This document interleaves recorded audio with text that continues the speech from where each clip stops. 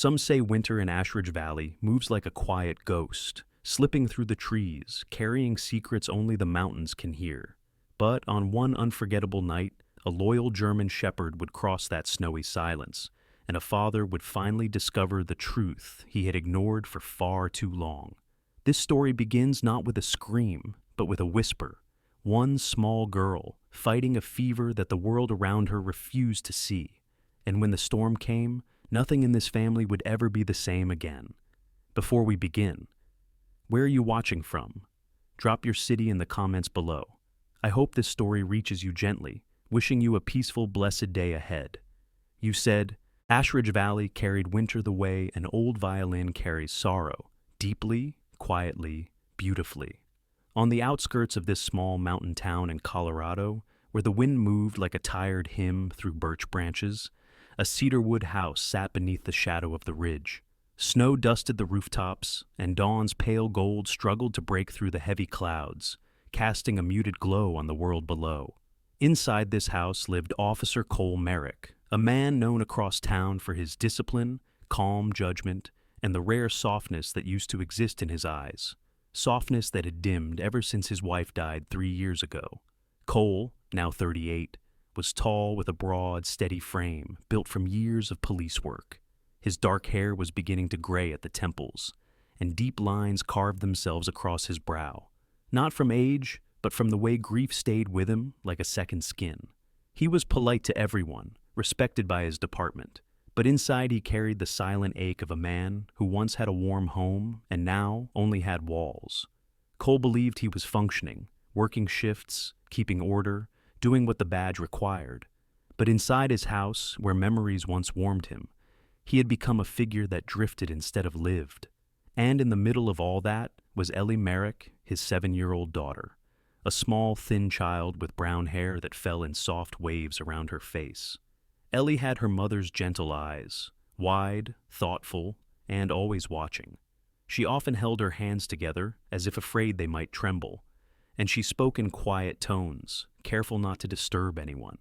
Her personality had once been bright, full of stories and drawings and laughter that bounced down the hallways. But after Amelia's death, Ellie learned to shrink herself, trying not to become another fragile thing her father didn't know how to hold. At the foot of the staircase sat Rook, Cole's 5-year-old German shepherd, a black and tan K9 with intelligent amber eyes and a chest deep enough to hold worlds. Rook was large and powerfully built, trained for search and rescue, but beneath his storms of muscle lived a gentle loyalty. With Ellie, he was a guardian who never let her walk a hallway alone. With Cole, he was the companion who nudged him back to living even when Cole didn't notice. And with strangers, well, Rook always knew who to trust. On this morning, the house was quiet. Too quiet. Ellie sat at the dining table with a piece of cold toast in front of her, swinging her legs beneath the chair. She wasn't touching her food. She hadn't for days.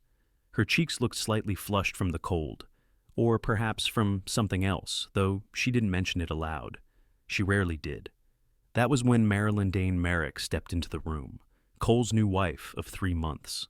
Marilyn was 32, slender, with sharp cheekbones and perfectly arranged blonde hair that never seemed touched by the wind. She dressed in soft ivory, sweaters and fitted skirts, always looking as though she had walked out of an advertisement where nothing ever stained or wrinkled. But beneath her polished surface lay something colder. Marilyn had grown up in a strict military household, a father who believed emotions were weaknesses, and a mother who believed silence was obedience. Marilyn learned early on that control was safety, and she carried this belief into adulthood. Around neighbors, she smiled gracefully, spoke politely, and moved as though every step were part of a dance she choreographed. Around Ellie, however, her voice lost warmth, her eyes sharpened, and every instruction felt like a command. "Sit up straight," she said now, passing by Ellie with a steaming mug of herbal tea. "You slouch too much. It's unbecoming." Ellie straightened immediately. Rook lifted his head, watching Marilyn with steady, unmoving eyes. At that moment, Cole stepped down the stairs, adjusting the collar of his Navy police uniform. His tall frame filled the doorway, and for the briefest second, he seemed like the old Cole, the one who used to flip pancakes with Ellie on weekends. But the second faded. His eyes went to Marilyn first. "Morning," he said, offering a tired half-smile. She brushed a hand down his sleeve. "Everything's in place for the day." Then she glanced at Ellie with a pointed look. "We're still working on manners." Cole gave Ellie a quick smile. "You doing okay, bug?" Ellie nodded, though her fingers tightened on the edge of the table. Cole didn't notice. He never seemed to lately. Not because he didn't care, but because he didn't know how to hold two worlds at once. The world where he served the town, and the world where his daughter needed him silently, constantly, desperately. He grabbed his jacket. "I'm headed out early. Big case today. Missing boy near the canyon." Marilyn said, "I'll take care of things here. Don't worry." And Cole didn't. That was his flaw. He trusted the wrong silence. When the front door closed, something inside the house shifted. Marilyn exhaled slowly, as though the performance was over. She walked to a shelf, picked up a framed picture, a photo of Amelia and Ellie in a lavender field, and held it for a long moment. Her face did not soften. Instead, she flipped the picture down and placed it into a decorative box labeled storage. Ellie stared. "Please, that's Mommy's." Marilyn didn't raise her voice. She didn't need to. "Old things keep old wounds open," she said calmly. "You're a big girl now, Ellie." A tremor passed through Ellie's small shoulders. Rook moved forward, placing himself between the girl and Marilyn. Marilyn frowned but said nothing. Throughout the day, Marilyn reorganized the house, removing Amelia's books, boxing Ellie's baby things, swapping soft blankets for colder, more modern textures. The home shifted from warm wood to polished edges, from memory to museum. Ellie followed, clutching Rook's fur. "Why are you taking those?" she asked in a whisper, as Marilyn boxed up Ellie's old doll. "You don't need reminders of a childhood that's over," Marilyn replied. "We must teach you discipline." The word hung like frost. Ellie looked at the floor. "Okay," she whispered, though tears shimmered in her eyes. Marilyn watched her without sympathy, then left the room. Outside, the winter wind pushed against the windows, rattling the panes. Snowflakes drifted like pale ghosts across the gray sky. Rook nudged Ellie's hand gently. She sank to her knees and hugged him tightly. "I don't like when she moves things," Ellie whispered into his warm fur. "It makes the house feel not ours." Rook licked her cheek, as if promising he would remember every piece of the life she was losing. Evening settled slowly. Cole returned home to the smell of roasted chicken, candlelight arranged with perfect symmetry, and Marilyn smiling as though she had built the whole world in his absence. "This place has never looked better," Cole said. He genuinely meant it. He saw order, tidiness, sophistication. What he didn't see was Ellie shrinking deeper into her chair, barely touching her food. What he didn't see was Rook, pacing anxiously beside her. What he didn't hear were the silent pleas Ellie buried beneath her breathing. After dinner, Cole kissed Ellie goodnight and went upstairs to his home office. Marilyn lingered in the hallway, listening to Ellie's soft footsteps on the carpet. Then she opened Ellie's bedroom door and held up the last remaining photograph of Amelia. "This," she said lightly, "should be put away." Ellie's breath caught, but she nodded. "Okay." Marilyn set the picture face down on the dresser and left. The door clicked shut. Ellie crawled into bed, pulling the blanket to her chin. The house around her felt colder, emptier, like something important had been erased. Outside, snow kept falling. Inside, Rook lay curled at her door, ears alert, heart awake to every tremor of the small girl he guarded. And beneath the quiet ridge of Ashridge Valley, the first shadows of a story, yet to unfold, settled gently into place. Winter deepened its hold on Ashridge Valley, as though the mountains themselves were exhaling cold into every street. Overnight, the sky lowered, heavy with unfallen snow, and the town wore a muted quietness that made every echo sharper than usual. Inside the Merrick house, that quietness had a different weight, as if the walls themselves had begun to listen. 2 days after Marilyn packed away Amelia's last photograph, Ellie woke with a strange ache behind her eyes. She sat at the edge of her bed, rubbing her cheek. A faint red spot, almost like a bruise, had appeared near her temple. It didn't hurt much, but it felt warm to the touch, like something beneath her skin burned slowly. Rook lifted his head from the floor and moved closer, nudging her arm with concern.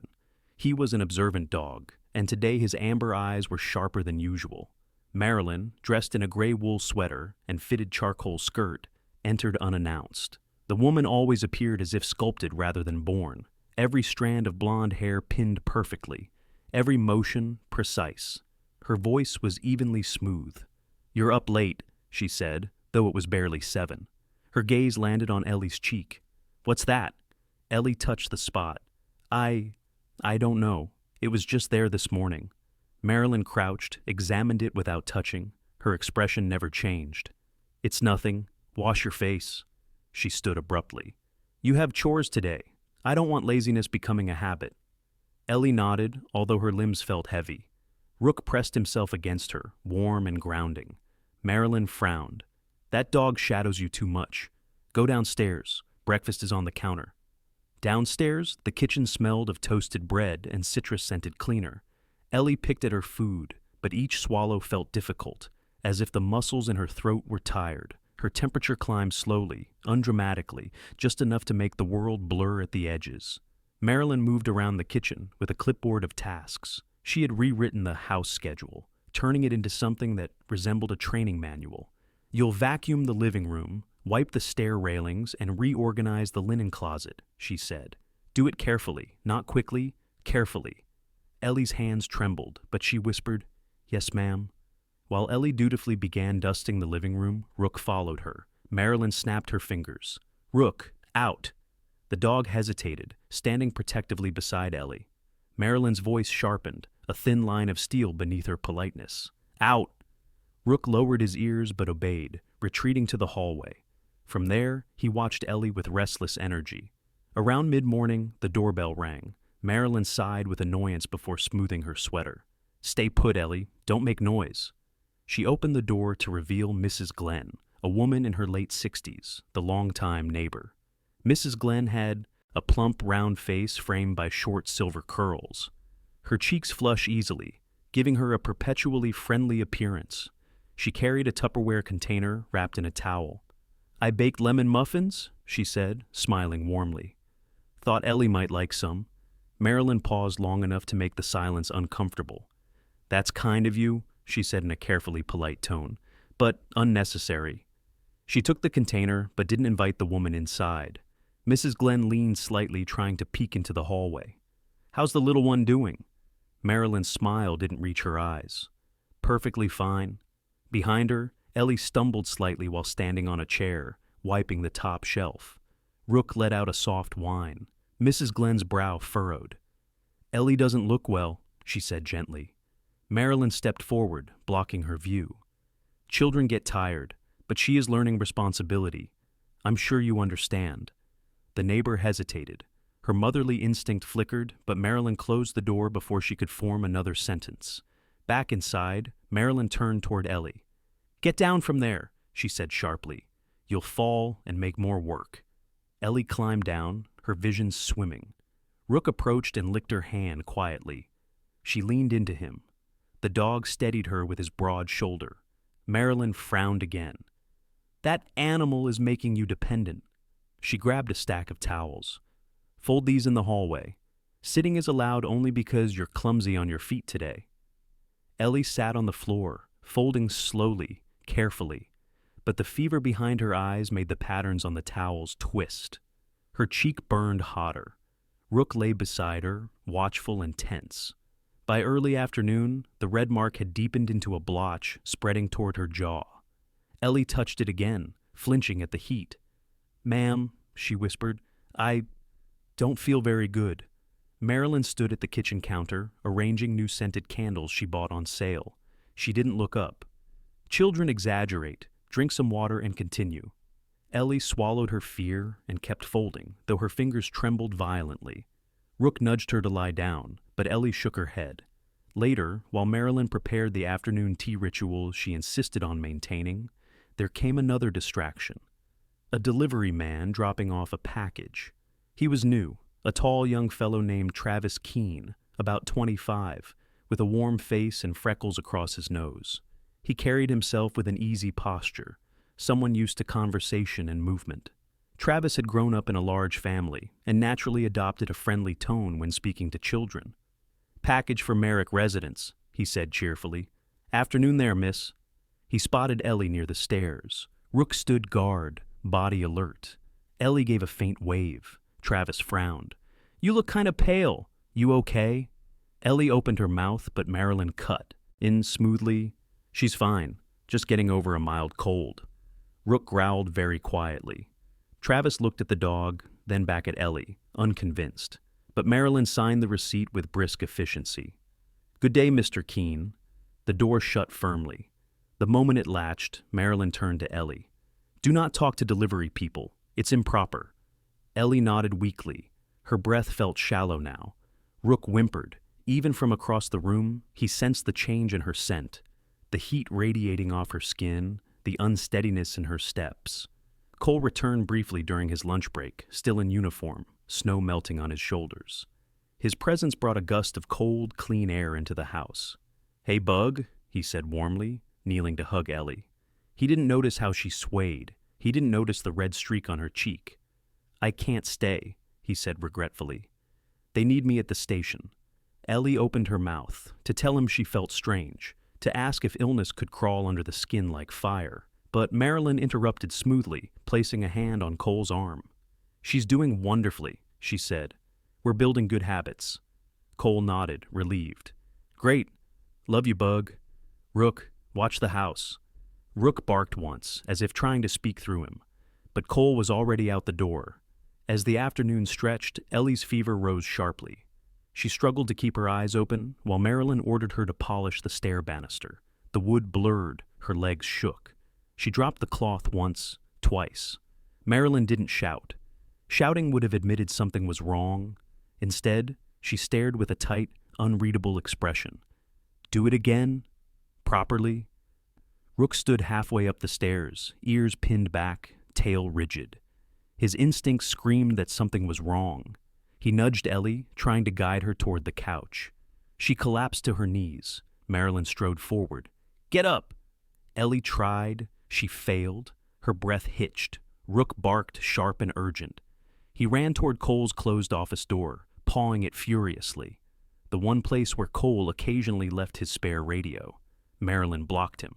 "Enough!" she snapped, pushing the dog away with her leg. "You will not make a scene." Rook didn't growl, but his whole body vibrated with frustration. He circled Ellie, whining. Ellie leaned against him, unable to hold herself upright. Her cheek glowed bright red. Her eyelids drooped as the fever settled heavy behind them. The house grew unbearably quiet. So quiet Rook could hear Ellie's breath wobble. So quiet Marilyn's own heartbeat felt too loud in the hallway. So quiet the storm gathering over Ashridge Valley pressed its shadow against the windows, waiting. And beneath that shadow, Rook remained beside Ellie, the only being in the house who truly saw her fading. Snow arrived early that evening in Ashridge Valley, drifting down in pale, hesitant flakes that soon thickened into a curtain of white. The temperature dropped so quickly, the windows shivered in their frames. Clouds pressed low over the mountains as though the whole sky were preparing to collapse under its own grief. Inside the Merrick house, Ellie lay curled at the base of the stairs, her breath thin and wispy. The fever had climbed steadily throughout the late afternoon, until her skin burned hotter than the air around her. Rook sat beside her, his large body shielding her from the draft, slipping under the front door. His ears twitched with every sound, every shift in Ellie's breathing, every icy gust outside, every approaching footstep. Marilyn crossed the hallway with a wineglass in hand. The dim lights cast long shadows on the polished wood floors, and her expression, pale, rigid, reflected a tension she refused to acknowledge. Her blonde hair remained immaculate, pinned into a smooth twist. She paused only long enough to glance down at Ellie. "You need to get up," she said flatly. "I will not have you lying around like this." Ellie tried to respond, but her voice cracked in her throat. Her lips were dry, trembling. Rook growled softly, not threatening, merely aching, and Marilyn shot him a sharp look. "Quiet. You're making her dramatic." She turned away, disappearing into the kitchen. The clink of glass against marble echoed sharply. Moments later came the doorbell, a single abrupt sound that seemed to shake the house. Marilyn sighed, set her glass down, and smoothed her sweater before opening the door. On the porch stood Lars Denham, the electrician scheduled earlier in the week. Lars was in his early 50s, a rugged man with a thick salt and pepper beard and deep crow's feet framing warm hazel eyes. His heavy jacket was dusted with snow, and his gloves were worn from years of manual work. Lars was known in town as a patient, reliable man, widowed for nearly a decade and raising 2 grown sons alone, something that had carved gentleness into his otherwise stern frame. "Evening, ma'am," he said, stamping snow from his boots. "Breaker still acting up?" Marilyn nodded curtly. "The lights flickered again. Please get it fixed quickly." As Lars stepped inside, Rook rose immediately, ears perked, sensing something he could not articulate. Ellie attempted to sit up when the draft hit her, but her arms gave out beneath her. Her cheek, deep flushed crimson, shone brightly under the hallway light. Lars froze. "Is she all right?" he asked, eyes widening with instant concern. Marilyn stiffened. "She has a little cold." But Lars was already kneeling beside Ellie, his movements steady but urgent. Up close he could hear the faint rasp in her breath. He pressed 2 fingers lightly to her forehead. His face drained. "This child has a high fever. She needs medical attention?" Marilyn's voice chilled further. "You're here to fix the electricity, not to make judgments." Lars looked at her, baffled. "Lady, she's burning up. Kids don't pretend to breathe like this." Rook stepped closer, tail rigid. Eyes locked on Marilyn, as though waiting for her to reveal whether she would help or hinder. Marilyn simply replied, "Finish your job. I'll take care of her later." Ellie could barely keep consciousness. Everything sounded distant, muffled. Lars hesitated, torn between duty and instinct, but finally moved toward the breaker box. Before he left Ellie's side, he said gently, "Hang on, sweetheart. Someone will help you." She blinked weakly, acknowledging him. While Lars worked, the hallway lights flickered again. Rook paced anxiously. Upstairs, the wind howled against the eaves, rattling the vents like a warning. Marilyn returned to her wine, turning up the classical music in the living room to drown out her own unease. But Rook refused to settle. He walked to Cole's office door, closed and locked, and pawed at it, claws tapping urgently. Inside, Cole's spare portable radio sat on the desk, forgotten. An object that might have changed everything if he had been present. Rook barked sharply once, twice. Each bark bounced down the staircase. Marilyn stormed toward him. "Enough!" she snapped, pushing him back. "You're not calling him." At that moment, headlights swept across the window. A car door shut outside. Boots crunched in snow. Cole had returned earlier than expected, the storm forcing patrol units to shorten their shifts. He entered the house with a gust of icy air swirling around him. His face was flushed from the cold, his uniform damp with melting flakes. "Marilyn, Ellie," he called out. His voice echoed through the house, cutting through the music. Rook spun immediately, racing to him. Cole frowned. "What's wrong, boy?" Lars stepped from the utility room just then. "Officer Merrick, your daughter needs help." Time stopped. Cole's blood ran cold. "Where is she?" Lars pointed to the stairs. Cole ran, his boots thudding on the wood, just as Ellie slumped sideways, her head falling against the step. Cole dropped to his knees, lifting her gently. Her skin was burning, her eyes barely open, her breath thin enough to vanish. "Ellie, baby, stay with me." Rook hovered tightly, whining with pain, nudging Ellie's shoulder. Cole looked up sharply. "How long has she been like this?" Marilyn's lips thinned. "She said she felt tired. Children exaggerate." Rook growled, a deep, low sound, not aimed at Marilyn, but at the entire moment, at everything that had been overlooked. Cole's jaw tightened, anger and fear jolting through him. "She's not exaggerating," he said harshly. He scooped Ellie into his arms, startlingly light, frighteningly limp. Snow swirled fiercely outside as he carried her toward the door. Rook followed immediately, pressing, against Cole's leg as though urging speed. Lars held the door open, his expression heavy with concern. "Drive safe, officer. Roads are rough tonight." Cole nodded once, too shaken to speak. The wind knifed through them as they stepped onto the porch.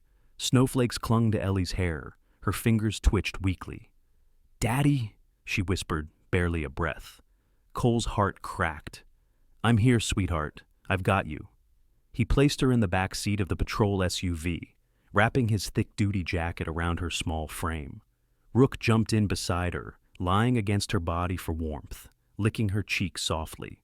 The storm roared like an ancient beast, wind bending the trees until they groaned. Cole slammed the door, sprinted to the driver's seat, and turned the ignition. As the engine roared to life, he looked at Ellie through the mirror, her small form resting against Rook's protective body. His grip tightened around the steering wheel. He drove. The SUV surged into the blinding snowfall, headlights cutting a narrow path through darkness as the storm swallowed the road behind them. And just like that, the life Cole believed he still had control over was swept into a new and terrifying direction, one he could no longer ignore. The blizzard chased them all the way to Ashridge Valley Medical Center, its icy breath hammering against the SUV windows as Cole pulled into the emergency bay. Snow whipped across the asphalt like a living thing, the night sky heavy with a storm that refused to soften. Cole flung the door open and gathered Ellie into his arms. Her head fell limply against his shoulder, her skin so hot it felt unnatural beneath the freezing wind. Rook leaped out behind him, sticking close as Cole rushed through the sliding doors of the ER. Inside, harsh fluorescent lights replaced the storm's darkness. Nurses moved quickly, shoes squeaking, carts rattling, monitors beeping in rapid rhythms. A triage nurse, Mira Thompson, approached. She was a woman in her early 40s with deep brown skin and a calm, steady demeanor shaped by years of emergency work. Her tightly coiled hair was tied into a bun, her expression both commanding and compassionate. "What happened?" she asked, guiding Cole toward an open exam room. Cole struggled to find breath. "She's burning up. She collapsed at home. She couldn't breathe right." Mira touched Ellie's forehead, and her eyes darkened. "Page Dr. Halden," she instructed a passing nurse. "Stat." Rook planted himself beside the hospital bed as Ellie was laid onto crisp white sheets. Mira placed oxygen tubing near the girl's nose, checked vitals, and stroked Ellie's hair gently. "You're safe, sweetheart," she murmured. Cole hovered uselessly, his hands shaking, his breathing shallow. He had faced armed suspects, burning buildings, river rescues. Nothing terrified him the way his daughter's stillness did. He felt like a man waking from a long sleep into a nightmare he had created through blindness. Moments later, Dr. Marcus Halden entered the room. He was a tall man in his late 50s, salt gray hair thinning slightly, with rectangular glasses that gave him a stern academic look. But behind his seriousness was a reputation for fiercely protecting children under his care. His voice was low and precise. "Officer Merrick, I need you to step here." He gestured to a monitor as tests began. Blood work, imaging, a scan. The room moved in a blur of medical urgency. Dr. Halden studied the results, his brows tightening. Then he faced Cole. "Your daughter has Sturge-Weber syndrome, a congenital condition involving abnormal blood vessels in the brain, skin, and eyes." He pointed to the red vascular pattern across Ellie's cheek. "This is the cutaneous marker, and the brain involvement explains the fever spikes, neurological distress, and collapse." Cole felt the world tilt. "Can you fix it?" His voice broke. Dr. Halden's expression softened. "We will do everything we can, but she needs immediate intervention. Tonight." Rook whined softly, sensing the dread. They took Ellie towards surgery. Cole followed, gripping the rail of her rolling bed. Rook padded beside him until a nurse blocked his path. "Animals can't go past this point." Ellie's fingers twitched weakly, reaching toward the dog. Cole spoke quickly. "Let him stay with her until the last second. Please." The nurse hesitated. Dr. Halden paused. "Let the dog walk with her," the doctor said. "Sometimes familiarity does more good than medicine." So Rook continued forward, his nose brushing Ellie's hand until she was wheeled through the double doors. Cole remained behind them. The final glimpse of his daughter was the tiny movement of her fingers slipping from Rook's fur. Then she was gone behind sterile white doors. Hours crawled like years. Cole sat in the waiting area, elbows on his knees, hands clasped so tight they turned white. Rook lay across his boots, unmoving except for the silent rise and fall of his breath. Nurses passed by with sympathetic glances. Mira brought water. Cole didn't drink it. Snow battered the windows with relentless fury, but inside the hospital, everything felt eerily still. At one point, another family entered, the Ramirezes from the next town over, bringing their 6-year-old in after a seizure. The mother, Elena, a petite woman with soft brown eyes and trembling hands, took the seat next to Cole. "Your daughter?" she asked, voice thin. "Yes. They're strong," she whispered. "Children, stronger than we deserve sometimes." Her kindness pierced through Cole's numbness. He nodded, but couldn't speak. Rook leaned his head into Cole's knee, grounding him. After nearly 8 hours, Dr. Halden returned. Cole stood instantly. The doctor removed his mask and exhaled. "She made it through surgery. She's stable for now." Cole dropped back into the chair as though someone had removed his bones. Tears he had refused for years, tears buried under duty and avoidance, finally breached the surface. Rook licked his hand gently. "Can I see her?" "Yes, but she will be very weak."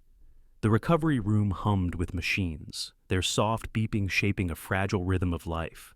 Ellie lay beneath a warm blanket, her small chest rising slowly. Her cheek glowed faintly under the dim lights. Cole took her hand, shocked by how fragile it felt. "I'm here," he whispered. "Daddy's here." Her eyelids fluttered, not fully awake, but aware, enough to make Cole crumble. He sat there for hours, never releasing her hand. Late that night, footsteps approached. Marilyn entered the room in a fitted red coat, makeup flawless, eyes glossy. Not with emotion, but calculation. 2 people followed her, local journalists. Marilyn smiled, practiced and bright. "Cole, I brought get well wishes, and the paper wanted a piece on community families persevering through hardship." Cole stood slowly. "You brought reporters?" "It's good exposure," she insisted, "for awareness, for strength." The journalist, a man in his 30s with sandy hair named Paul Deegan, raised a camera. Paul was a soft-spoken man, generally respectful, but visibly uncomfortable with the tension in the room. Cole blocked the camera. "No photos?" Marilyn's smile faltered. "Cole, don't be dramatic." Rook growled softly, not aggressive, but warning. Ellie stirred at the sound and whimpered. That was all it took. "Leave," Cole said, voice low and final. Marilyn's eyes flashed with indignation, but she turned sharply and swept out, reporters trailing awkwardly behind her. The door closed. Silence returned. Cole sat again. "I'm sorry, baby," he whispered to Ellie. "For everything I didn't see." Mira entered with a warm blanket. "We can set up a cot for you," she said. "Most parents go home for the night." "I'm not leaving." Cole's voice carried the weight of a vow. Mira nodded with quiet understanding. "Then Rook can stay too. We'll note him as an emotional support K9. Rook rested his head beside Ellie's pillow, eyes half closed, listening to every shift in her breathing. Hours passed. Snowlight seeped faintly through the blinds. Cole adjusted Ellie's blanket, dabbed her forehead with a cool cloth Mira had given him, fumbled through instructions on how to check her temperature and monitor her oxygen flow. He learned clumsily, but with a sincerity that softened everyone who watched him. When Ellie stirred again, she found Rook's face inches from hers, and Cole's hand covering hers entirely. It was the first night in years she slept with someone truly watching over her. Morning arrived gently over Ashridge Valley, as though the mountains themselves wished not to disturb the fragile peace settling over the hospital. The blizzard had passed, leaving behind a quiet world glazed in pale gold and softened snow. Inside room 214, Ellie stirred beneath the warm blankets, her breath steady at last. Rook lay curled at the foot of her bed, his ears flicking each time she whispered in her sleep. Cole sat in the chair beside her, unshaven, exhausted, and still wearing yesterday's clothes, but for the first time in years, his eyes carried something close to hope. Days unfolded slowly. Ellie's fever retreated. Her cheeks still bore the crimson birthmark, now more defined after surgery, but her eyes regained clarity. Nurses began to recognize the Merrick trio, the stoic officer, the quiet child, and the loyal German shepherd who never once left her bedside. One nurse in particular, Nadia Royce, took a gentle liking to Ellie. Nadia was in her early 30s, tall and slim, with soft amber hair tied into a loose braid. She had an easy laugh, but carried a faint sadness in her eyes, a shadow from losing her younger brother years ago to a congenital illness. Since then, she worked with pediatric patients, pouring every ounce of tenderness she had into children who needed comfort. Nadia brought Ellie small paper cranes folded from pastel sticky notes. "For courage," she would say, placing one on the nightstand. Ellie collected them like fragile treasures. Rook inspected each crane, sniffing it as if checking for hidden dangers. Cole often found himself talking to Nadia in the quiet hours about treatment plans, about Ellie's resilience, about guilt that sat like iron on his chest. Nadia listened without judgment. "You're here now," she said softly one evening. "That's what she'll remember." Marilyn visited once more, wearing a fitted cream coat and oversized sunglasses despite the cloudy day. Her perfume filled the hallway before she appeared in the doorway. "How is she?" she asked flatly, though her eyes didn't quite meet Ellie's. Cole stood between them. "She's stable. That's all you need to know." Marilyn exhaled dramatically. "Cole, we should think about our future. This," she gestured vaguely at the machines, at the room, at Ellie, "cannot consume our lives." Cole stared at her, a long, quiet stare that finally said what he had never put into words. "It already has." Marilyn blinked as if she'd been slapped. "I didn't sign up for—" "You don't have to," Cole replied. "We're done." She left without looking back, high heels clicking down the hall like tiny hollow gunshots. Rook lifted his head, ears alert, until the sound faded completely. Ellie watched her father. "Is she gone?" "Yes," Cole whispered. "But we'll be all right." Ellie reached out a small hand. Cole took it without hesitation. Weeks passed. Ellie's strength improved. She began walking laps around the pediatric wing, with Rook acting as her guardian. Cole learned every detail of her medication schedule, every symptom to watch for, every dressing change. The hospital staff sometimes joked that he could apply for a nursing license. But Cole didn't laugh. Caring for Ellie was no longer duty. It was redemption. One afternoon, after physical therapy, Dr. Holden approached with a file. "She's ready," he said. "You can take her home." Cole felt something inside him unlock, a mixture of relief and fear. Home, a word that meant something different now. Ashridge Valley greeted them with early spring sunlight. Snow melted in quiet rivulets along the sidewalks. Cole carried Ellie's bag. Rook trotted proudly beside them. The house on Cedar Ridge looked the same as the night they left, but inside, Cole felt its emptiness sharply. He stepped into the living room and saw the stale remnants of Marilyn's cold decor. Without hesitation, he began removing it all. Frames, vases, harsh metallic ornaments. Ellie watched from the couch, wrapped in a soft blanket. "It's okay to let go," she whispered. Cole smiled gently. "That's exactly what we're doing." A week later, he hired Mrs. Helen Carver, a retired librarian in her 60s, with a warm, round face and wire-frame glasses. Helen was known in town for her kindness and for wearing sweaters knitted with small, embroidered animals. Owls, deer, foxes. She moved slowly but purposefully, humming old folk tunes as she worked. She adored Ellie instantly, speaking to her with a mix of gentleness and humor. "Young lady, you have an artist's eyes," Helen said on her first day after noticing Ellie drawing in a notebook. "You see the world in colors most people overlook." It was true. Ellie had begun sketching again. Lavender fields, mountain silhouettes, Rook sitting proudly at the edge of a hill. Cole encouraged it. He cleared a space near the window for her art supplies, creating a quiet corner that smelled faintly of fresh paper and lavender-scented pencils he found at a local shop. One morning, Cole took Ellie to the backyard garden. Spring had barely begun, and the soil was cool, still waking from winter's grip. "We're planting these," Cole said, holding a small bundle of lavender starters. Ellie's eyes lit up. "Like Mom's garden?" Cole nodded. "Exactly like hers." Together, they pressed the small plants into the earth. Rook sat close, watching every movement with solemn patience, occasionally nudging a pot that wasn't straight. They laughed, a soft sound, but the kind that opened something warm between them. With time, Ellie grew stronger. Therapy sessions increased her stamina. Drawings filled her room. Paper cranes from Nadia hung from strings like tiny guardians. Cole regained balance, working part-time for the department's community outreach program, allowing him to be home each afternoon. One day, Helen approached Cole with an idea. "There's a youth art exhibition at the community center. You should enter Ellie's work." Cole hesitated. Ellie was shy, but Helen insisted in her grandmotherly way. "Let the world see what healing looks like." They selected 3 drawings: a lavender hill under a gold sky, Rook standing beside Ellie with a constellation of stars above them, and a picture of 2 hands planting seeds together. Helen helped frame them, carefully, lovingly.